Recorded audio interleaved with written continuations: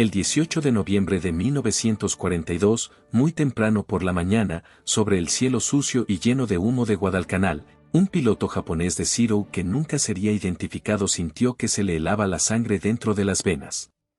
Desde su cabina, a unos 4.000 metros de altura, vio algo que ningún informe de inteligencia había logrado prepararlo. Unas siluetas completamente extrañas, largas, con dos fuselajes paralelos y dos colas verticales, que salían de la pista de Henderson Field y subían, con una rapidez que parecía desafiar la gravedad misma. En menos de 5 minutos aquellos aparatos desconocidos ya estaban por encima de él, mirando hacia abajo como halcones que acaban de descubrir un conejo en campo abierto.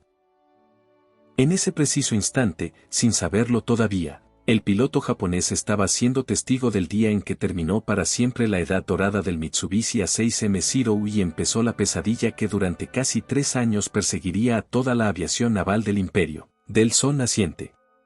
Cuando aterrizó en Rabaul, todavía temblando, apenas pudo articular las palabras ante su comandante de escuadrilla: casas de 2 motores, 2 colas, suben como demonios, nunca habíamos visto nada igual. En esa frase corta, dicha casi en susurro, ya se escuchaba el primer crujido de una estructura que había sostenido 3 años de dominio absoluto del cielo del Pacífico. Porque lo que aquel hombre acababa de presenciar contradecía todo lo que le habían enseñado desde que entró en la escuela de vuelo. Que ningún caza aliado podía ganar altura más rápido que un Zero, que ningún caza aliado podía dictar las condiciones del combate, que el espíritu Yamato y la maniobrabilidad japonesa eran invencibles. Y sin embargo, allí estaban aquellos extraños diablos de 2 colas demostrando en vivo y en directo que todo eso ya pertenecía al pasado. Desde el ataque a Pearl Harbor hasta aquel amanecer en Guadalcanal, el Zero había sido poco menos que un dios del aire. En China había bailado alrededor de los lentos enero de 16 soviéticos, en Malasia había convertido en chatarra ardiente a los anticuados Brewster Buffalo, en las Indias Orientales neerlandesas había hecho parecer ridículos a los Curtiss P-40 y sobre Ceilán había barrido del cielo a los Hurricane británicos como si fueran aviones de entrenamiento. Sus pilotos llegaban al combate con cientos y cientos de horas de vuelo, con una coordinación casi telepática, con una fe absoluta en que ningún otro caza del mundo podía girar más cerrado ni trepar más rápido que su máquina. Saburo Sakai, Hiroyoshi Nishizawa, Junichi Sasai, Tetsu Shibamoto, nombres que resonaban como leyendas incluso entre sus propios enemigos. Hombres que antes de Guadalcanal todavía creían que el cielo les pertenecía por derecho divino. Y de pronto, en cuestión de minutos sobre Henderson Field, todo eso se hizo añicos. Los P-38 Lightning del 339º Escuadrón de Caza, pilotados por hombres que apenas unas semanas antes volaban P-40 y que habían aprendido a base de morir que nunca, jamás, había que aceptar un combate giratorio contra un Zero, aparecieron por primera vez en escena y cambiaron las reglas para siempre. Aquella mañana derribaron 3 aviones japoneses sin sufrir una sola baja. No fue una carnicería numéricamente hablando, pero fue algo mucho peor, fue una demostración. Una demostración de que existía una forma completamente distinta de pelear en el aire, una forma en la que la maniobrabilidad a baja velocidad ya no era la reina, sino que lo importante era quien llegaba primero a 7.000, 8.000 o 9.000 metros y quien podía caer desde allí como un rayo sin que los mandos se bloquearan. Y esa mañana, por primera vez, los que llegaban primero y caían como rayos fueron los americanos. El P-38 no había nacido para ser bonito ni para hacer piruetas. Había nacido de un pliego de condiciones del ejército de Estados Unidos en febrero de 1937 que parecía ciencia ficción en su momento, un caza capaz de superar los 400 millas por hora, más de 640 kilómetros por hora, alcanzar los 40.000 pies, 12.200 metros, y volar más de 1.000 millas, 1.600 kilómetros, sin repostar. Clarence Kelly Johnson, un ingeniero joven y brillante de Lockheed, tomó ese papel y, junto con su equipo, creó algo que parecía sacado de otro planeta, 2 motores Allison Mayo de 1710 con turbocompresores, Dos largueros que parecían alas cortadas por la mitad unidas por la cabina y las colas, todo el armamento concentrado en el morro para que las balas salieran en un cono perfecto sin necesidad de convergencia, depósito autosellantes, blindaje para el piloto, mandos hidráulicos asistidos. Todo lo que el Zero había sacrificado deliberadamente para ser ligero, el Lightning lo llevaba de serie porque su filosofía era exactamente la contraria, no ganar el combate girando, sino ganar el combate antes de que el combate empezara, llegando más alto, más rápido y golpeando más fuerte. Cuando los primeros Lightning desembarcaron en Australia a mediados de 1942 venían llenos de problemas. Sobrecalentamiento de motores, fallos en los turbocompresores, compresibilidad en picado que hacía vibrar el avión como si fuera a desarmarse. Los mecánicos australianos y americanos trabajaron día y noche, y para noviembre los fallos más graves estaban controlados.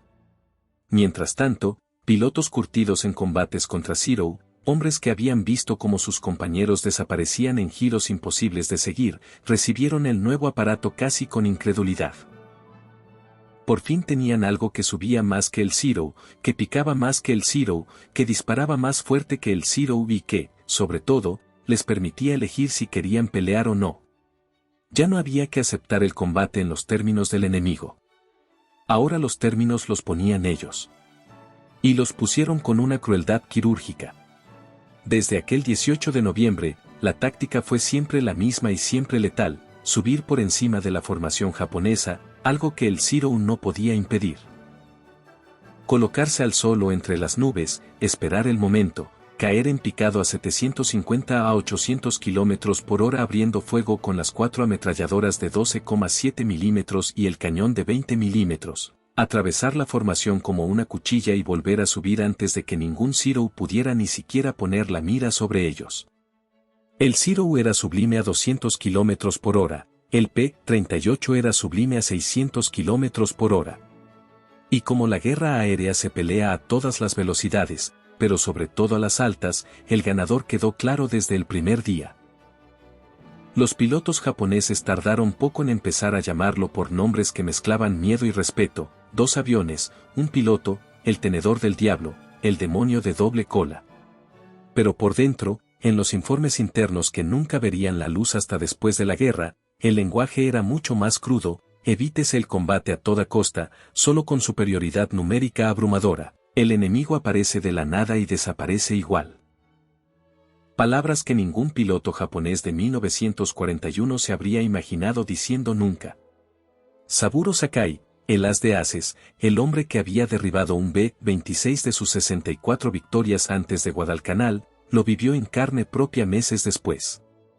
En una de sus últimas salidas sobre Nueva Guinea se encontró con un grupo de P-38 que lo atacaron desde arriba. Logró esquivar la primera pasada por pura experiencia, pero cuando intentó girar para colocarse detrás de uno, los Lightning ya estaban otra vez a 2,000 metros por encima de él, preparándose para la siguiente. Sakai volvió a base con el avión lleno de agujeros y la certeza absoluta de que el juego había cambiado para siempre. Años después, ya en los años 60, lo reconocería sin rodeos. A partir de la llegada del P-38 ya no era posible combatir con éxito contra ellos salvo en circunstancias excepcionalmente favorables, que casi nunca se daban. Pero la humillación más grande, la que hizo temblar los cimientos de toda la Marina Imperial, llegó el 18 de abril de 1943. 16 P-38 despegaron de Guadalcanal al amanecer, volaron 700 kilómetros a ras del agua para evitar el radar. Subieron en el último momento como cohetes y en menos de 2 minutos derribaron los 2 bombarderos Betty que llevaban al almirante Isoroku Yamamoto, el cerebro de Pearl Harbor, junto con casi todo su estado mayor. 6 Zero de escolta directa no pudieron hacer absolutamente nada. Los Lightning aparecieron, dispararon y desaparecieron. Yamamoto murió sin saber siquiera que lo había matado. Cuando la noticia llegó a Tokio fue como si hubieran decapitado al dios de la guerra japonés. Y lo habían hecho unos cazas que, según los informes de inteligencia de 1942, eran pesados, torpes y fáciles de derribar. A partir de ahí todo fue cuesta abajo para la aviación japonesa. En 1943, 1944 y 1945 los Lightning barrieron el cielo del Pacífico con una superioridad que ya no era ni siquiera discutible. Richard Bond terminó la guerra con 40 victorias, todas en P-38. Thomas McGear llegó a 38 antes de morir en enero de 1945, también todas en Lightning. Entre los dos sumaron más derribos en menos de 2 años que la mayoría de ases japoneses en toda la guerra. Los P-38 derribaron oficialmente más de 800 aviones japoneses, más que ningún otro caza del ejército americano, y probablemente bastantes más que nunca se contabilizaron porque muchos Zero simplemente desaparecían en el océano sin testigos. Los pilotos japoneses intentaron de todo: volar en capas escalonadas de altitud, usar nubes como escondite, instalar frenos de picado para que los Lightning pasaran de largo, intentar arrastrarlos a combates lentos a baja altura. Nada funcionó. El abismo técnico era demasiado grande. El Zero de 1945 era esencialmente el mismo avión de 1940 con parches. El P-38L de 1945 tenía alerones hidráulicos, motores que daban 1.600 caballos cada uno a altura, depósitos extras, cohetes, bombas, radar nocturno en algunas unidades. Cada 6 meses llegaba una versión mejor que la anterior porque detrás había una industria que fabricaba 10.000 unidades mientras Japón luchaba por sacar aviones con aluminio reciclado de ollas. Y detrás de los aviones estaba la gente. En 1944 un piloto americano llegaba al Pacífico con 400 a 600 horas de vuelo, curso específico de bimotor, prácticas reales de tiro, estudio de filmaciones de combates reales, entrenamiento de motor parado, procedimientos de emergencia, oxígeno a altura.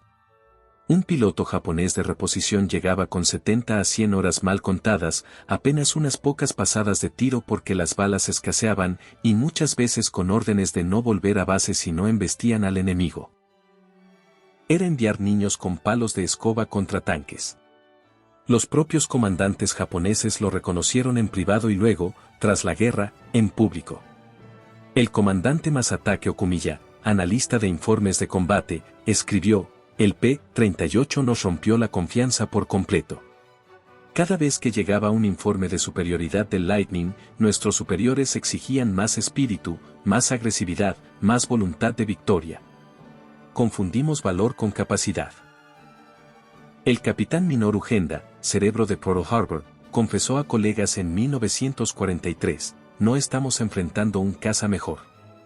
Estamos enfrentando un sistema entero de mejora continua que no podemos igualar". Y mientras tanto, en el otro lado del Pacífico, los mecánicos americanos mantenían sus Lightning operativos al 85% incluso en pistas de tierra llenas de barro, cambiaban motores en horas, tenían piezas de repuesto, combustible de aviación de 100 octanos, herramientas especializadas. Los japoneses en 1945 rezaban para que su Zero arrancara y rezaban más todavía para que no les fallara el motor sobre el agua. El Lightning no solo dominó el combate diurno. Sus versiones de reconocimiento F-5 obtuvieron el 90% de las fotografías aéreas del Teatro Pacífico, volaban a 12.000 metros donde ningún caza japonés llegaba, fotografiaban bases, convoys, movimientos de tropas y volvían tan tranquilos. Los japoneses sabían que estaban siendo observados constantemente y no podían hacer nada para impedirlo. Al final, la historia se resume en 2 imágenes. La primera, un joven piloto japonés de 19 años escribiendo a su madre en marzo de 1945: "Mañana salgo contra los diablos de doble cola. No creo que vuelva. Vuelan más alto de lo que podemos soñar y más rápido de lo que podemos huir. Pero haré mi deber". La segunda. Richard Bond, sonriendo en una foto junto a su P-38 Marge, con 40 banderitas de victorias pintadas en el morro. El 18 de noviembre de 1942 un piloto japonés vio algo imposible sobre Guadalcanal y, sin saberlo, vio el futuro. Un futuro en el que la guerra aérea ya no la ganaba el más valiente ni el que mejor giraba, sino el que llegaba primero a 10.000 metros, el que tenía detrás una industria que fabricando 300 aviones al mes mientras el otro apenas lograba 30, el que podía permitirse perder 100 pilotos y reemplazarlos por 200 mejor entrenados mientras el otro perdía 10 y no podía reemplazar ni a uno. Ese día nació la pesadilla de toda una generación de pilotos japoneses. Y esa pesadilla tenía 2 fuselajes, 2 colas, 4 ametralladoras y un cañón disparando desde el morro, y volaba tan alto y tan rápido que parecía que el cielo mismo se había puesto del lado americano. Saburo Sakai, el último gran asque sobreviviente, lo dijo años después con una honestidad que duele: el P-38 nos enseñó la lección más dura que un guerrero puede aprender, que el coraje sin tecnología no es heroísmo, es solo suicidio. Y en los cielos del Pacífico, entre 1942 y 1945, miles de jóvenes japoneses pagaron con su vida esa lección. El demonio de doble cola no solo derribó aviones. Derribó una forma entera de entender la guerra, el honor y el destino de una nación. Y cuando la última bandera del sol naciente se arrió en septiembre de 1945, muchos de los que quedaron vivos sabían perfectamente quién había sido el verdadero verdugo de sus sueños de gloria. Un caza raro, feo, con 2 motores y 2 colas que un día de noviembre de 1942 decidió que ya era hora de que el cielo tuviera nuevos dueños.